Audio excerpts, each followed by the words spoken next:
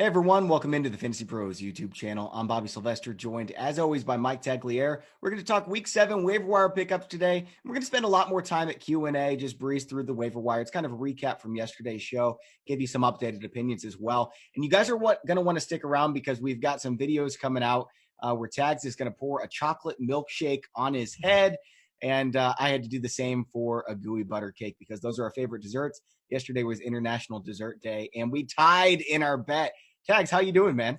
I'm doing good. I'm doing a lot better than I was recording that video. I'll tell you that much. So hopefully, I say it during the video. Hopefully you guys enjoyed it. I didn't. It was quite odd, but yeah, it's good to be here and dry.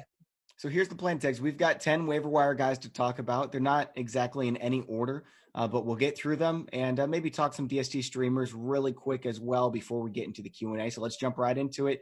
Jacoby Meyers. I talked to Chris Harris of the Harris Football Podcast this morning, and I thought he was going to be shocked that I said Jacoby Meyers was my favorite wide receiver pickup this week. And he agreed with me. We loved what we saw on film. Tags, how do you feel about Jacoby Meyers moving forward? Yeah, as I mentioned on our podcast that we recorded yesterday, I talked about Jacoby Meyers last week when Philip Dorsett was dealing with a hamstring injury. I knew that Meyers was going to get a shot in the starting lineup. We are expected to see Philip Dorsett back in the lineup, but we don't know if Josh Gordon's going to be available. So there's a lot of injuries going on with that Patriot wide receiver core, knowing that they're throwing the ball close to 39 times per game, despite outscoring their opponents like 4-1. Right. The Patriots are going to continue to pass the ball. So you want a part of that. And Jacoby Meyers, even going back to the preseason, he was a preseason superstar. And it kind of translated in his first game, with a bigger role. So Jacoby Meyers is he's a good guy to stash if you can. He looked exceptional. I think he's a lot better than Philip Dorsett. And if anything happens to the injury-prone Julian Edelman or the suspension-prone Josh Gordon, we're looking at a weekly starter. I don't know if he's someone you can use right away because he's playing on Monday night, and we won't know, whether or not everyone's banged up by then. But if Meyers plays, I think he's going to be solid. Tags, let's move on to the second player on our list. It's Dante Pettis, wide receiver at the San Francisco 49ers. And we've been waiting for him all season to finally be the number one in San Francisco's offense. And it hasn't really happened from a stat perspective, but he's been playing that many snaps. What do you think about him moving forward? Yeah, I mean, coming out of their bye week, we wanted to see how they used him, and it's been 2 games now, and he has led the team in snaps. So therefore, he's on the field as we hoped him to be. And this is kind of going back to the preseason hype on Dante Pettis before, we saw him playing into the fourth quarter. People were drafting Dante Pettis as a top 30 wide receiver, top 35 some scenarios, but right around that range as like a starting wide receiver in fantasy football. And to know that like he's now on the field in the full-time role, this is what we wanted. And is there a breakout potential? Yeah, there absolutely is, especially with the matchup they have against Washington this week. So he's a guy that I would absolutely try and snag because the 49ers defense has been legit. They've been fantastic. They are not going to keep this up all year. They're going to allow some points, and then you're going to see the passing game volume increase for the 49ers. So when that happens, you're going to want Dante Pettis in your roster. So why not grab him now before the breakout happens? Tags, if you need a streamer at the flex position, so any running back or any wide receiver who's available in at least 50% of leagues, my number one this week is Dante Pettis going up against Washington. Would you agree? I mean, yeah, if you're looking for a wide receiver this week, it's probably the best bet. I mean, like looking through it, Cole Beasley is somebody that I'd consider if you're looking for a higher floor. But at the same time, the Dolphins teams haven't had to throw a whole lot against them, so we might see a little bit suppressed numbers. But yeah, Pettis, he's probably the best guy for long term and short term, so he'd probably be up there. Yeah. Do you like him a little more than Jacoby Meyers? What's that? Do you like him a little more than Jacoby Meyers? Yeah, I would say I'd prefer him over Jacoby Meyers, like where you're not reliant on an injury with Dante Pettis. The biggest concern with him is if they go out and trade for a veteran wide receiver who's got an expiring contract, because they obviously are a competitor at 5-0. Yep. Yeah, they are a competitor at 5-0. I think Meyers has a lot more upside than Dante Pettis, but again, things have to break his way. Either Edelman or Gordon has to be hurt, and he has to pass it Philip Dorsett, hold off N'Keal Harry. I like Meyers a lot, but if you're 2-4 or 3-3, I think you go get Dante Pettis. Now, if you're 5-1, 4-2, I think Meyers is the better play. How much fab would you spend on these two guys, Tags? It depends on what you need. I would be willing to spend maybe 8 to 10 fab bucks on Dante Pettis. I don't think you need to spend much on Jacoby Meyers. I mean, he played on last Thursday night, so I mean he's like way in the back of people's minds. They hear that Philip Dorsett's coming back. You only need to spend 3 to 5 fab bucks if he's still out there. That's it. But as for Dante Pettis, you're probably going to have to spend a little bit more, knowing that he's playing more snaps. So yeah, I'm gonna say up to 8 to 10 for Pettis. I don't think you need to go more than that. All right, Tags. Next up on the list is our first running back. It's Alexander Mattison of the Minnesota Vikings. And, we did think of him as just a handcuff a few weeks ago, but at this point, he had 14 carries last week against Philadelphia, and he looks really good. Now, if anything was to happen to Dalvin Cook, we know that Alexander Mattison would be a top 10 fantasy running back most weeks. But what about right now? Can we use him? Yeah, I don't think that you want to use him right now. They're playing the Lions this week, and the Lions have actually been a team that you could run on, and I do expect Dalvin Cook to have a massive week. But this is basically a 1-week scenario where they were winning that entire game. Philadelphia kept scoring and making it somewhat close, but then we saw Mattison rack up the carries as the game went on. So I think it may have been more of let's give Dalvin Cook a bit of a breather in a game that we should be winning here. There should be no problem. They were able to throw at will on the Eagles. So yeah, Mattison to me is not someone you want to pick up if you need help right now. But if you're looking to stash someone on your bench, he's one of the best handcuffs in fantasy football. Yeah, I would agree with that. So would you rather have Alexander Mattison, Tony Pollard? Chris said Darrell Henderson today. I would disagree with that one. Or let's throw in, I guess we'll talk about Latavius Murray later, but is Mattison your favorite handcuff in fantasy football? Probably. I mean, once Kareem Hunt comes back, he's going to be one of them. That would be one of my favorite handcuffs, and he's another guy. I don't anticipate him taking over, totaling more than 10 touches per game with Chubb there. But yeah, I would say that Mattison. I mean, the Vikings are it's a 47-53 pass to run ratio. They're the second most run heavy team in football, and that's behind only the 49ers, who again that defense has just played so good right now. That'll eventually shift, but the Vikings are going to continue to play solid defense. They haven't even been great on defense this year. They've been solid. We're going to continue to see the Vikings run the ball a lot. All right, Tags. Jamison Crowder, wide receiver for the New York Jets. They've also got Robbie Anderson, who had a good game last week. Demaryius Thomas is getting a lot of targets. Chris Herndon is coming back. I'm not sure if it's this week. They added Le'Veon Bell in the offseason.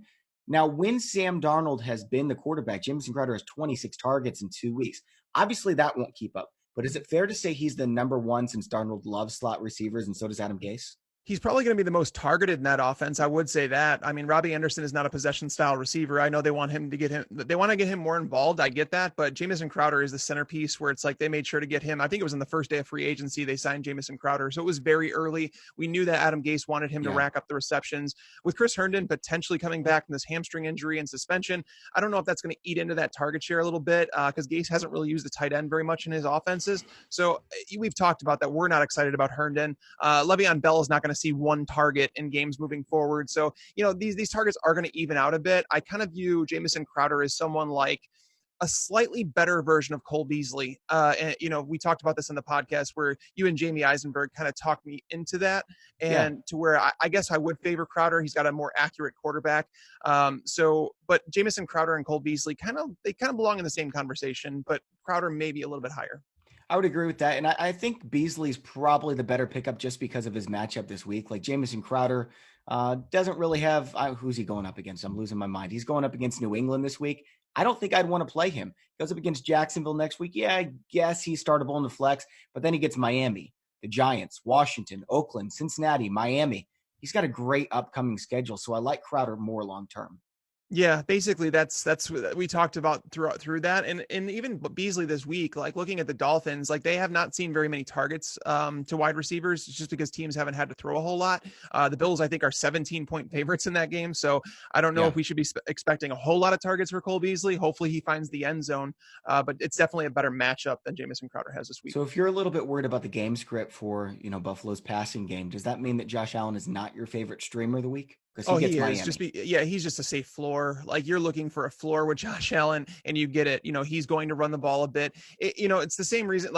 Frank Gore has only scored 1 touchdown this year. Devin Singletary's had 10 touches in the NFL. Let's not pretend that 10 carries. Let's not pretend that he's a superstar that we cannot 7 of them avoid. went for 20 yards though, Tags. Oh, I get it. No, he's looked really good on the carries he's had, but it's been very, very minimal. So I don't want to sit here and say that if they're going to run away with this game, Josh Allen's going to be a part of that. And if they're 17-point favorites, they're actually one of the highest projected teams. I want to say they're projected for 28 point something points, which is 4 touchdowns. So unless you think Frank Gore and Devin Singletary are going to score a whole bunch, which they haven't really done this year, Josh Allen is one of the safest streamers that you could find, and he has a good upcoming schedule as well. Okay, so he has a really good upcoming schedule. I just read off all those games. But let's say Josh Allen isn't available because he's owned in 50% of leagues, Tags. Would you rather have Daniel Jones at home against Arizona or Kirk Cousins at Detroit? I'm actually kind of down on both of those guys. Daniel Jones, we don't know. It depends on him. Like I want to say Daniel Jones here just because he does offer some mobility to his game. He offers a little bit floor because of that. The Giants defense is going to allow points. So therefore we're going to see some pass attempts. Is he going to get Evan Ingram back? Ingram's talking about playing. Sterling Shepard, is he going to come back? Saquon Barkley, is he coming back? If these guys come back, obviously the offense is going to move a lot better. And Arizona does get Patrick Peterson back, which should help that secondary, but it's only one player. We don't want to overreact.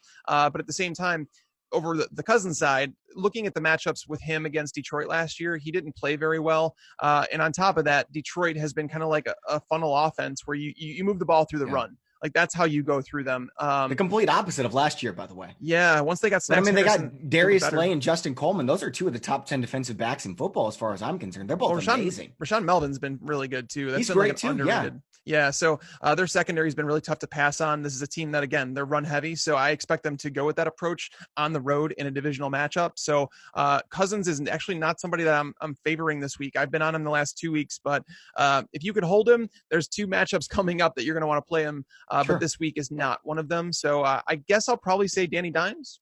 Okay, so you like Daniel Jones a little bit face Arizona, but would you prefer Andy Dalton face Jacksonville? Even Mitch Trubisky coming back against New Orleans? No, probably not. Me either. Yeah, probably not. It's ugly, man. It's not a great week to be streaming quarterbacks. I mean, Gardner Minshew at Cincinnati, if he's available, he would be someone I would snag. Jacoby Brissett playing against Houston in Indianapolis. He's someone him over all of them. Yeah, yeah. And then Jimmy Garoppolo is probably available in 90% of leagues against Washington. That's another matchup that I would probably target over all the quarterbacks you mentioned. All right, guys, we've got 5 more names coming up. First, though, I wanted to ask you guys to hit the like button if you're enjoying the show. I'm sure we're going to get a lot more likes once everyone sees Tags pour the chocolate shake on his head, which is coming right around the Q&A section, and that's going to be a lot of fun. So stick around for that if you were thinking about tuning out, because Tags has to pay up tying the bet to me. I guess I have to pay up too. But anyways, we've got more shows coming up later this week. I do a Thursday live stream at the same time as this, where I'm taking start sit questions and giving answers to that as well, talking about my rankings and everything. Tags does his show on Sunday mornings, where he's doing Q&A for a full hour right before kickoff to help you guys build your lineup. So if you subscribe, you won't miss out on future shows. We'll send you notifications to let you know those are coming out. We also do I do my sleeper starts of the week, my waiver wire pickups of the week, and we have multiple videos that come out as well. So hit the like button, subscribe button if you guys don't mind. Tags, let's keep it on. Jamal Williams. This was a new addition to our list this morning after what happened in Green Bay last night. And I can't believe it. As soon as Jamal Williams is healthy, he's right back in this role. It seems like it's, 55-45 Aaron Jones, Jamal Williams. Some weeks it's more Jamal Williams. Some weeks Aaron Jones gets, 75% of the touches. But this is a split backfield. It is. And this was exactly what I put in my weekend waiver wire stash article, where it's like I tell you the week prior. So that comes out on Saturday mornings. I tell you the week prior basically to pick up these players because they're going to be better like matchups next week, and you can get them before people run to the waiver wire. And Jamal Williams was on there. I said that despite Aaron Jones' big performance against Dallas, we don't know what Matt LaFleur is going to do, because if we went back to the game against Minnesota when Aaron Jones had 175 yards and a touchdown, they went back to a 50-50. Actually, it was in favor of Jamal Williams the following week. So knowing that Aaron Jones dropped that surefire, that pass was a dime, that he dropped that pass, it led to Jamal Williams like taking over, and Jamal Williams looked really good. And I'm not going to sit here and tell you guys that Aaron Jones is the better running back. I've seen enough of these running backs to know who's better, but Jamal Williams was he had energy. He came into that game and gave him a boost, and he looked good. So there's no reason for Matt LaFleur to change his stance basically on what it was just a couple weeks ago when Williams was hurt. So Jamal Williams, I'm going to have him ranked as an RB3 this week. I still do prefer Aaron Jones, and he's probably going to get the majority of carries, but there's a chance. But against the Raiders, there should be enough carries to go around. Yeah, so I've got Aaron Jones as a low-end RB2, Jamal Williams as a high-end RB3. It's kind of like Matt Breida and Tevin Coleman. You know that they're going to split the backfield, but there's going to be enough work for both of them. And it's a good offense, so they're going to score plenty of touchdowns, get plenty of yards. I think you can pick up Jamal Williams and use him more weeks than not. Yeah, I mean, he offers dual functionality, right? He could be plugged in as a bye week replacement, and he has obviously, if something happened to Aaron Jones, he has massive potential in that offense. Okay, Tag, so moving on, Chase Edmonds, the backup running back for David Johnson, but David Johnson's dealing with a back injury. So would Chase Edmonds be more of a priority for you over Jamal Williams and another running back we already mentioned, Alexander Mattison? It's close. It's really close between those guys. I think Edmonds is definitely worth a stash. He's another guy that should have been grabbed last weekend because Yeah. you didn't want to fight with people over this, knowing that David Johnson was dealing with an injury, a back injury at that. Back injuries don't just get better overnight. That's going to creep up on David Johnson from time to time. So Chase Edmonds, they're going to start to involve him more. They're going to lighten the load for David Johnson, and it's possible that from time to time he may have to miss a game. And then Chase Edmonds becomes like a must start in an offense that's running 70 plays per game. So, Chase Edmonds is definitely a high priority this week. Yeah, I would agree with that. I think I would prefer Jamal Williams a little bit more if I need the help, just because we know what he's going to be, at least while he's healthy. Now, obviously, he wasn't when he was dealing with the concussion, and so we couldn't rely on him. But Jamal Williams, I think you'll get more starts out of him.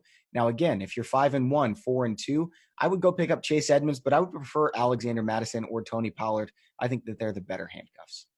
I would agree with that. All right. If you need a streaming tight end, I think the answer is Dawson Knox. I also like Dallas Goedert a lot, who we didn't talk about yesterday. Tags, have you noticed that Dallas Goedert the last 3 weeks has been running 45, 43, 50 snaps? The last 3 weeks, that's more than Mark Andrews has run once all season. Yeah, part of me is wondering if something's going on with Zach Ertz. Ertz wasn't even targeted until I want to say it was close to halftime. Zach He Ertz ended up with 9 targets, though, and Goddard ended up with 8. They're just using them both. Yeah, and if Ertz is going to continue to be inefficient with the targets they're giving him, they're going to start to involve Goddard. And we've heard rumors that it's possible that the Eagles trade one of those guys. Maybe they work out a trade to get a defensive back in return. Maybe they work out a trade for Jalen Ramsey. Please send Dallas Goedert to Jacksonville for Jalen Ramsey. I would want more than that, obviously, but I think Goddard's their answer for the future. I think it would be Ertz that they may ship away. Depending. It's tough to say. He has an expiring contract, but Dawson Knox is a good one. I found some interesting stuff looking at him over the last 3 weeks, or during the last 3 weeks that he's actually played, because he had his bye week last week. But during those 3 weeks, there were just 6 tight ends who ran more routes than Dawson Knox. That was Austin Hooper, Kelsey, Ingram, Gerald Everett, Zach Ertz, and Jason Witten. Guys that but it resulted in 8 receptions, man. I get it. But that's the thing is Josh Allen, one of those games was against New England. So New England, nobody does anything against. The other game was against Tennessee. Tennessee's a tough matchup. So it's there were some really tough matchups in there. Sure. Now playing against the Dolphins, a team that they've allowed 11.3 yards per target to tight ends. That's nearly a yard more than any team in the NFL allowed last year. So again, if you're looking for a streamer, you're looking for guys who are in an ideal spot, running a lot of routes. And Dawson Knox, he actually fits that role. So he's in my top 10 tight ends this week. So if you need a streamer, I would rather pick up Knox than Chris Herndon. And I know that's going to make a lot of head spin. A lot of people in the comments, by the way, and in my notifications, think that I absolutely hate the Jets because I don't like Chris Herndon, because I don't think Sam Darnold's like a top 15 quarterback. He's not even top 25, dude. No. I mean, he's played 15 games, Sam Darnold.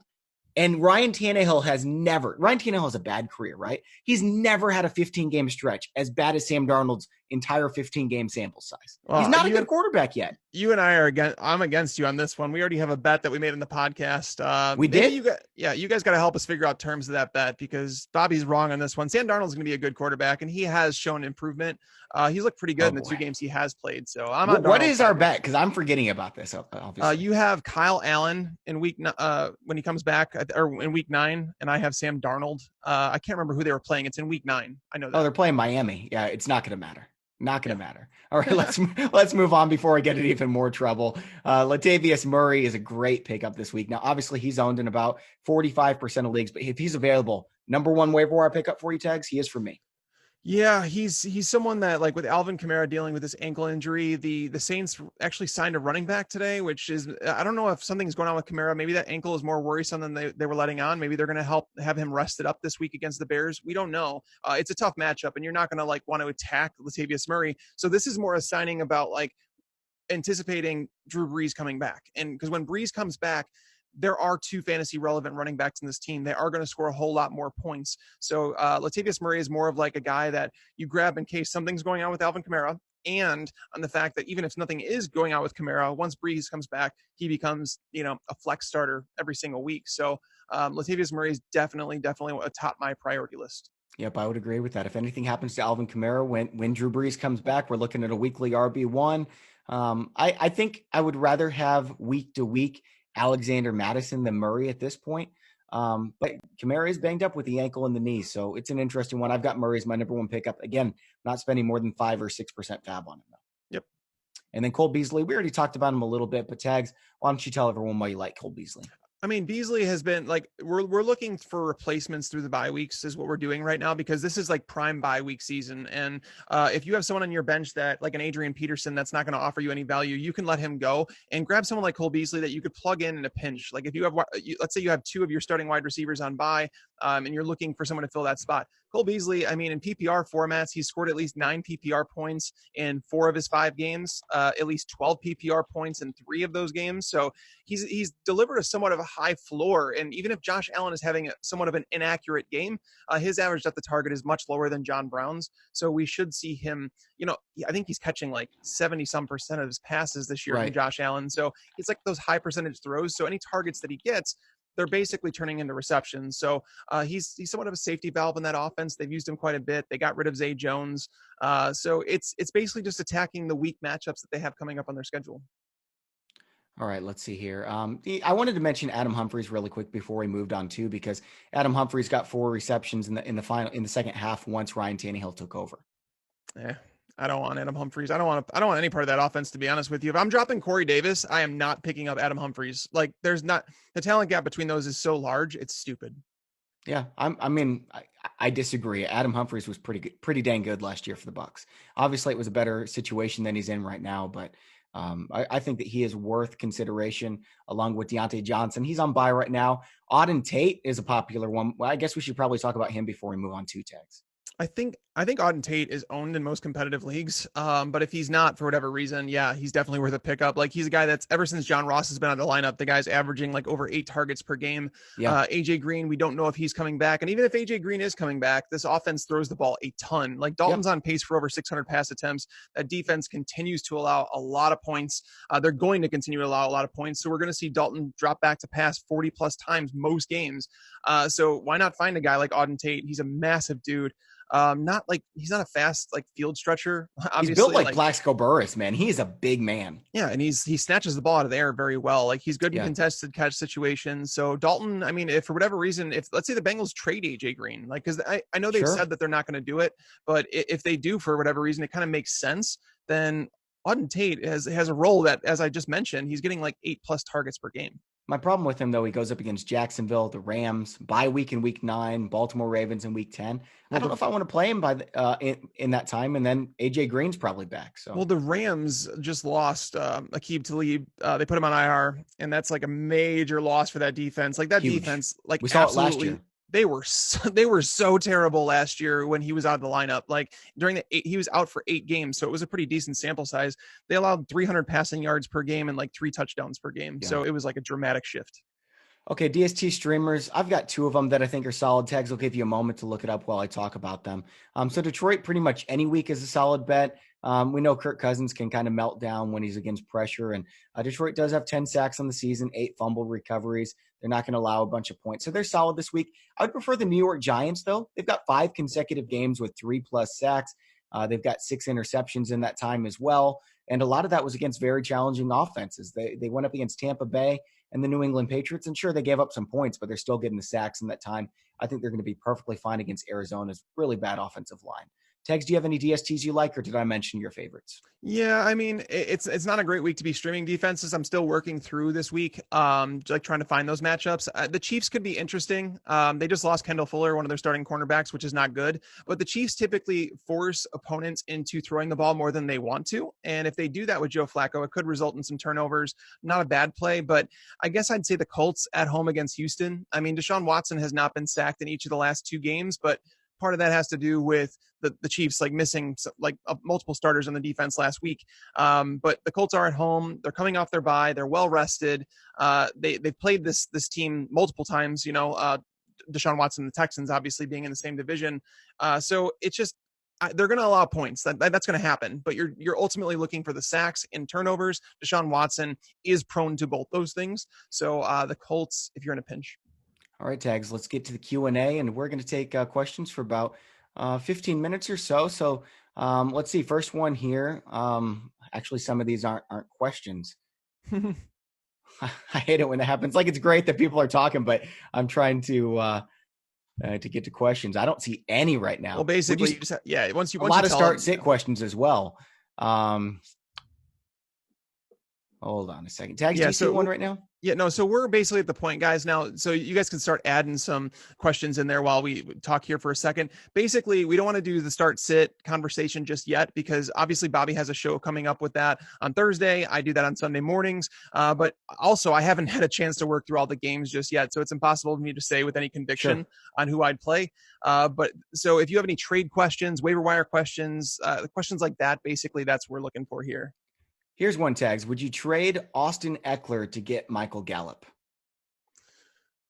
If you need wide receivers, yeah. I mean, Austin Eckler he's fallen back into the same role that he played last year. We've seen Melvin Gordon carry most of the workload on the ground, and Eckler, now that Hunter Henry's back, it's going to cut back on some of those targets that would go to running backs. So yeah, I mean, Eckler is like an RB3, like a James White type player. So it's like you do have to value him in fantasy. He does have startability, but Michael Gallup has seen essentially the same exact opportunity that Amari Cooper has when they're both on the field. And now that Amari Cooper might miss some time, Michael Gallup's the number one in that offense, should see 8 targets a game, and they've been highly efficient. So yeah, I'll take Gallup. I would prefer Michael Gallup, and especially if you need a wide receiver. I think that's a good trade. All right, this one's from Joel. Would you drop Tevin Coleman for Chase Edmonds, Tags? No. I would not. No. In fact, I think Tevin Coleman is the number one in San Francisco's offense. That's what was shown to us with the snap count, with the touches. Yeah, they're capping Matt Breida no matter what. Yeah. Like I've gone through that. Like that's a game I actually researched, and Tevin Coleman seems like a guy they're willing to give 20 touches to, whereas Breida has been capped. Like they're not giving him more than 16 touches per game. Like no matter what, if they're winning, they're losing, doesn't matter. All right, Charles wants to know if he should hold on to Malcolm Brown or pick up Jamal Williams. I don't want to be too hard against Malcolm Brown because of one bad game, because Jared Goff looked terrible. Like they just didn't. It was San Francisco too. Like, what did you expect? Yeah, I'll probably stay with Malcolm Brown here. It's the chance that Gurley misses more time, because if he misses more time, I'd say Malcolm Brown is probably a start against Atlanta this week. I would start him over Jamal Williams. So it's tough to say without the news, not knowing what's going on with Gurley. But I guess I'd hold on to Malcolm Brown. I would prefer Malcolm Brown, but by just a little bit. Okay, so this is a really interesting question. We've got a lot of people who are wondering the same thing. My team's 3-3. I've got some guys like Odell Beckham, who's really struggling. Aaron Jones, now he's in a timeshare. What can I do to improve my team? Do you have to hang on to guys like Odell Beckham and Aaron Jones and just hope they bounce back? Or do you trade them now while their value is not as high and hope to get some better pieces maybe? I'm never the type. I'll never sell low on a player. Honestly, unless someone has crazy name brand value, like a Mike Evans, he's someone that maybe people would trade for, because I've heard it quoted on Twitter today. It makes no sense to me. Mike Evans is still the wide receiver 8 in fantasy football. I don't really care if he hasn't helped my team in 4 of 6 weeks. He's been terrible for 4 games. That doesn't help your fantasy team. You need consistency headed into the fantasy playoffs. Don't sell low on a player. Odell Beckham is still seeing plenty of targets. I'm always about the mindset of buying low, and I'm willing to understand that there's variance in fantasy football on a week-to-week basis. Selling low is the worst thing you could possibly do, especially someone like Aaron Jones. If you get someone to give you low-end RB1, high-end RB2 value for Aaron Jones, that's fair. I would have sold him last week on that, because there's always that chance that Williams would come in and take half those touches.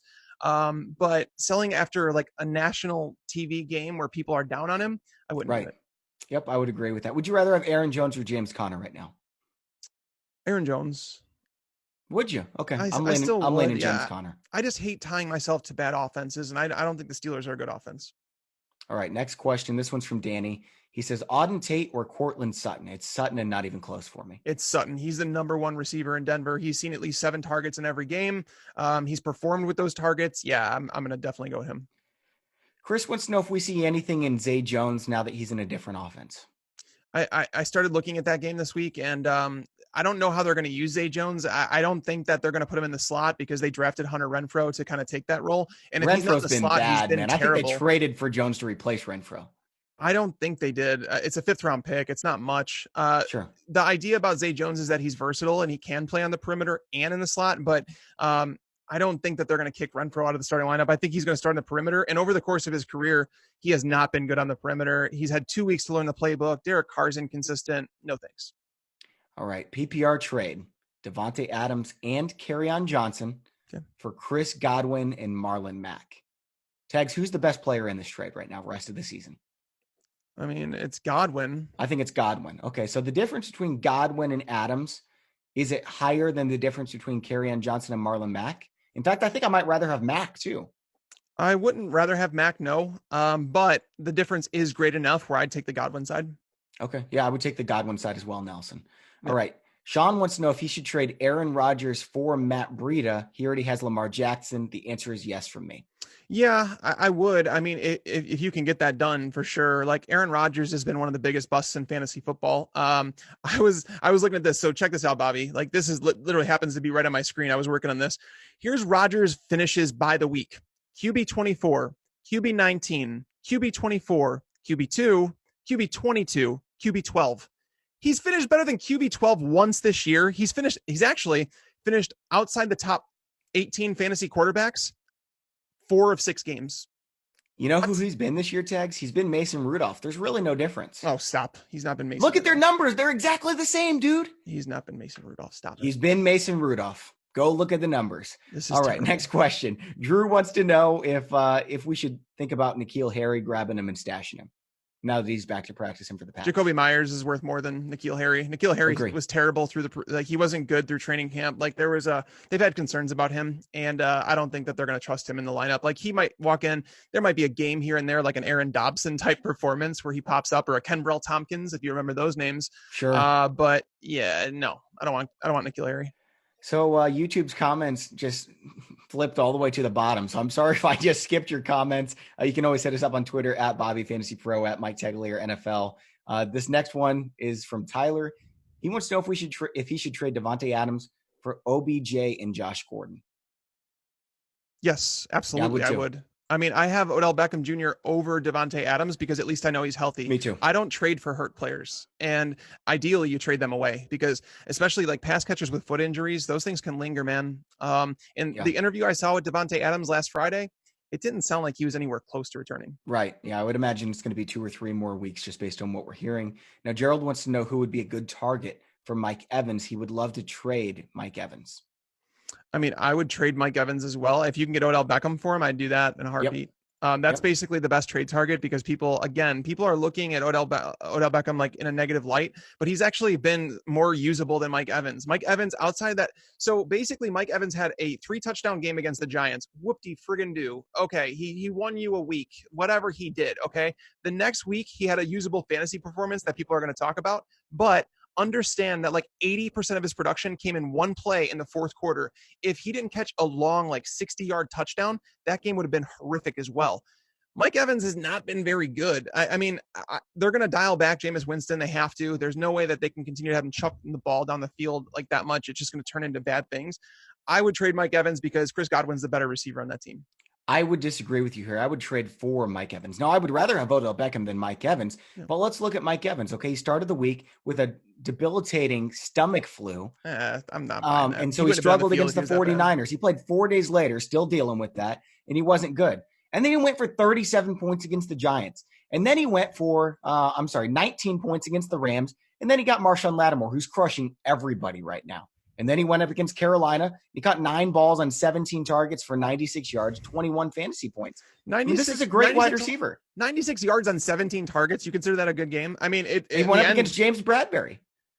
That's good against James Bradbury. You give me 96 yards and 9 receptions against James Bradbury, I'll take it. The point is here, I don't care if he's inefficient. He's getting 17 targets. No, he got 17 targets in one game. And like, hopefully the Bucs realized that it wasn't a good plan. He actually dropped 2 balls in that game that he should have caught. It should have been a massive game for him.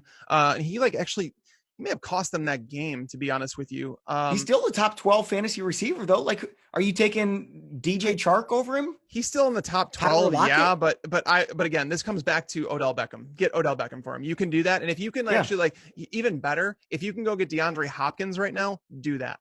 Oh, that would be amazing. I don't think that you would be able to. Maybe you could throw in a small piece. Maybe you could throw in a small piece just to get it done. Yeah, that sounds good to me. Okay. What about Stephon Diggs? Who would you trade Stephon Diggs for? I mean, that's your opportunity to sell high on Diggs. Like, This is, again, so I've been looking at, in 3 of his 6 games this year, he has seen 4 or less targets. Obviously he had 11 targets this week. That's going to amount to big things against the Eagles. You can hold on to him if you want. And there's going to be, after this game against the Lions, they're going to have 2 good matchups that you can kind of like play him like strong again. But if you want to sell him high, again, I'm aiming for those like elite players. I am looking for Odell Beckham. I am looking for DeAndre Hopkins, and I'm willing to throw in another piece to make those trades work. Not to say that people are going to do that, like Stephon Diggs straight up for them. You're gonna have to throw in another piece, but it's the idea of selling high. Like if you can get, I mean, I would rather have Terry McLaurin than Stephon Diggs. I would rather have Galladay. I would rather have. What about Michael Gallup? They're in similar territory for me. Really close. They're close. I think I'd still prefer Diggs just because I think Diggs is the better player, but Dallas does throw the ball a little bit more. It's close, but I'll take Diggs. You know what I forgot about tags? I forgot that you have to pour a chocolate milkshake on your head. Here's what we're going to do, okay? We're going to take questions for a couple more minutes, and we're going to actually end the show with that. So stick around if you want to see tags with a chocolate milkshake on his head. I'm really looking forward to it. I haven't seen it yet because I want to give you guys a live reaction. Okay. Should I trade Aaron Jones, Terry McLaurin, and David Montgomery for Dalvin Cook, Alexander Mattison, and Ridley? It's hard for me to follow trades like that when I can't see them like in front of me. Just because it's like there's so many players involved in that. I would so much rather have the Cook side. I'll just say that. Who was the first 3 players? Aaron Jones, Terry McLaurin, and David Montgomery. I mean, I might trade all 3 of those for Dalvin Cook, let alone getting Mattison and Ridley. Yeah, give me the best player in the deal, and it's Dalvin Cook, not even close. Duke Williams or Cole Beasley rest of the season? It's big time Cole Beasley. It's Cole Beasley. Why do people think that Duke Williams is all of a sudden in the starting lineup? I don't get that. He played a lot of snaps in one game, and he looked fine, and then they traded Zay Jones. It could be, I know, and then they still have Robert Foster on the team. Like, Foster could take those snaps. Like, no. This is interesting, okay, Tags? PPR trade, Chris Carson for DeAndre Hopkins straight up. Which side do you want? Hopkins.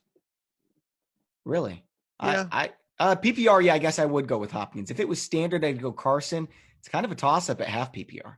It really depends. Like, you have to put a premium on running backs because it's rare to find a workhorse in today's NFL. But if we were drafting again today, I always ask myself that question. If we're like sitting down to draft, would I draft Chris Carson over DeAndre Hopkins? The answer is no. Probably not. Yeah, probably not. I'd have Hopkins around 11 or 12 and Carson around 14 or 15. I would say Carson would probably be a late first, early second. It would be close. Probably early second for Carson, and Hopkins. He's probably where he's still, again, the only receiver I would take over him moving forward is Julio Jones. So I'm still high on Hopkins. I think he's going to bounce back from all this. So I would have him in that probably 8 to 10 range in drafts. This is an important question because a lot of people are sitting in this situation and wondering what they should do to get a tight end because there's 8 good ones. Everyone else sucks really bad at the tight end position. So say you've got one of these guys, or Will Dissly just went, he's out for the season now, by the way. Would you make a trade for Austin Hooper or Mark Andrews and willing to deal either Lamar Jackson or Russell Wilson? Yes. I would trade if I had Lamar Jackson and Russell Wilson. If I had to, I would trade Lamar Jackson and Russell Wilson to get either of those guys and then just stream quarterbacks. Yeah, streaming quarterbacks is so easy. Tight ends, not so much. So, I'm a big fan of going out and trading for underperforming tight ends like a Travis Kelce. Kelce is on pace for like the same exact yardage that he had last year. It's like 11 yards less. So the yardage is there. It's just all about the touchdowns. And once those touchdowns start rolling in, people are going to realize just how valuable Travis Kelce is. So if you can get Kelce at somewhat of a discount right now, like do it. Yep, I would agree with that. So if you're doing a draft today, okay, obviously we would still take Kelce in the early second, late first round. Ertz and Kittle are in the late second, early third round. What about this next tier of tight ends like Hooper, Andrews, Hunter Henry? I'd take them in the top 50 because I would not want to get screwed at tight end. That's how valuable I think these guys are.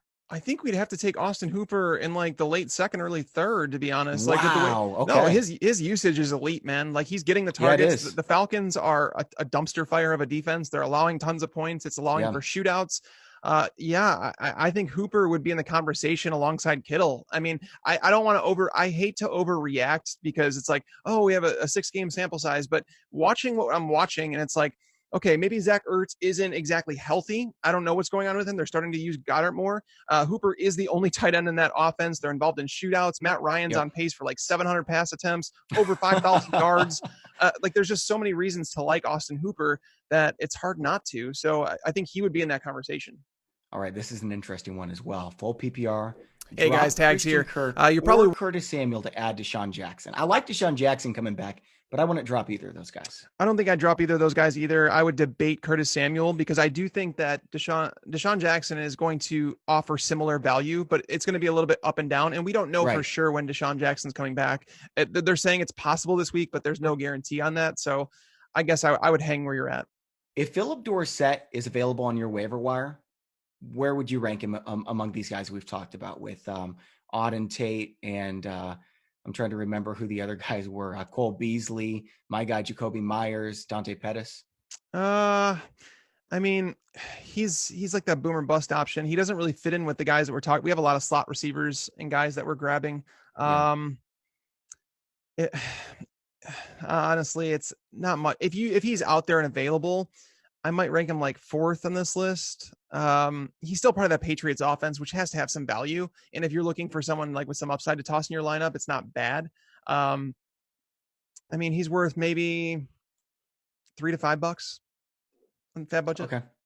All right, Tags. I'm going to take one more question and then we're going to share the milkshake video. So guys, stick around for that. This one is from Kevin and I totally am with you. He's really excited. He's got like 4 exclamation points, half PPR trade. He just picked up Hunter Henry. I did the same thing last week, and man, I'm loving it because I'm getting a ton of trade offers right now from the 4 teams who don't have a tight end. He's also got Darren Waller, okay? He wants to know if he should trade Darren Waller and Royce Freeman and keep Hunter Henry to get Todd Gurley. So Freeman, Royce Freeman, and Darren Waller for Todd Gurley. You can do better. I think you can do better too. Yeah. Yep. Todd Gurley, again, don't trade for hurt players. Like, I don't know what's going on with Todd Gurley, but here's the thing. They played on a Thursday night. They had 10 full days before their next game. And then all of a sudden it's like Sean McVay says, I don't know what happened. It's a surprise to me, but Todd Gurley has a bruise on his thigh or quad, whatever. Yeah. What bruise lasts 10 days that you can't play the following game? I mean, I think there's something going on here with Todd Gurley. I don't know what it is. I can't say that I'm speculating here, but something's wrong. And they're clear, even when he does come back, if he comes back, they're going to share these snaps again. Darrell Henderson looked solid in the few touches that he did get. Todd Gurley's moving down my rankings, like literally day by day. Yep, I would agree with that. I think you can get more. I would go for James Conner with that package. I'm a big believer in this Steelers offense moving forward. Tags, I know you want it. So who would you target then? I mean, it's tough to say who you can get. I mean, if you can get Aaron Jones, obviously that'd be ideal. Buying low after that performance, because I'm always about buying low. I bet you could. Yeah. All right. So Tags, we're about to do the videos. Why don't you explain to the people why you're going to get chocolate milkshake poured? So wait a minute. You keep talking like I lost a bet. We neither of us won. So Bobby and I did a DFS thing where basically we had restrictions on our lineup to put players in, and 3 different players, like so odd, right? And then we have to fill out the rest of our lineup with the salary given. We finished with the same exact number of points. Like legitimately, seriously, the chances of that are so low. Yeah, it like down to 100 more times and it wouldn't happen again. Yeah, I would say it's like 1,000 times it probably wouldn't happen again. Yeah. Unless we had the same lineup. So it's really odd that it worked out like this. So both of us, instead of like saying, oh, neither of us lost, but being that neither of us won, we felt that we needed to pay it to you guys and show you a lost bet, paying up that lost bet. And that involved a dessert thing. And both of our favorite desserts. Tags is a chocolate milkshake. Mine is gooey butter cake, which is amazing. And we had to waste them. So why don't we get to the Tags video? We'll check that one out and then go check out mine. Hey guys, Tags here. You're probably wondering, Tags, what are you doing without your hat on? What are you doing without your glasses on? Well, it's because I tied a bet. What are the odds that Bobby and I would actually finish with the same exact DFS score this week? That did happen, so neither of us won, so we're forced to do the dessert challenge that we kind of came up with, and I made the mistake of telling our video guy that and social media guy that chocolate shake was my favorite dessert, which means I have to now put this on my head. Not ideal at all. So you can see I'm making Fantasy Pros pay for this because I have my Fantasy Pros apparel on, as you can see there. I'm going to make sure I don't get this all over me. But yeah, this is not the way to have a chocolate shake, unfortunately, if you want to. But it's kind of what I'm forced to do. So hopefully you guys enjoy this. I don't know why you would, but hopefully you do. So here's cheers to a chocolate shake on my head. Oh,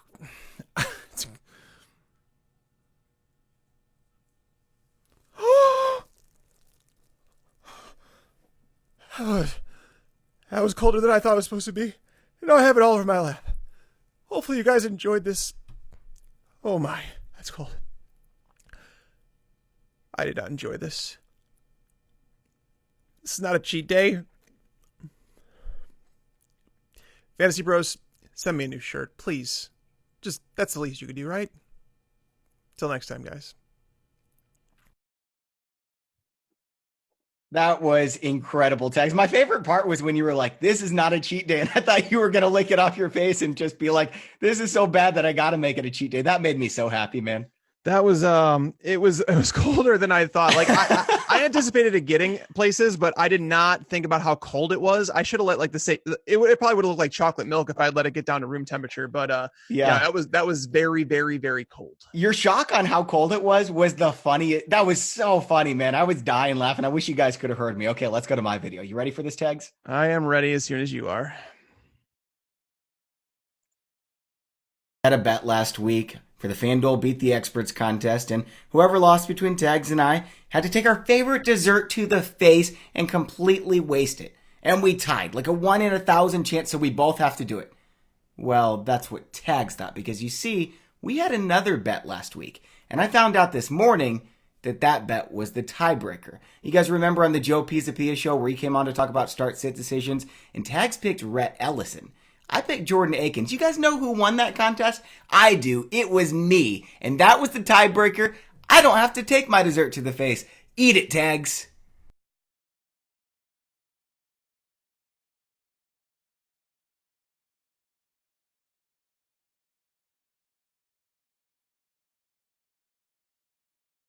Well, I knew something was wrong too, because Bobby, the entire time Bobby was talking about how I lost the bet. And I'm like, wait a minute, we both lost. Like, this is not even cool. I am never doing a bet with Mr. Sylvester again. He did not live up to it. Hey, dude, I was gonna put gooey butter cake in my face, and then I was told, hey, there was a tiebreaker. I didn't know. I was gonna follow the rules, but what you didn't know was that you had to win both bets, man.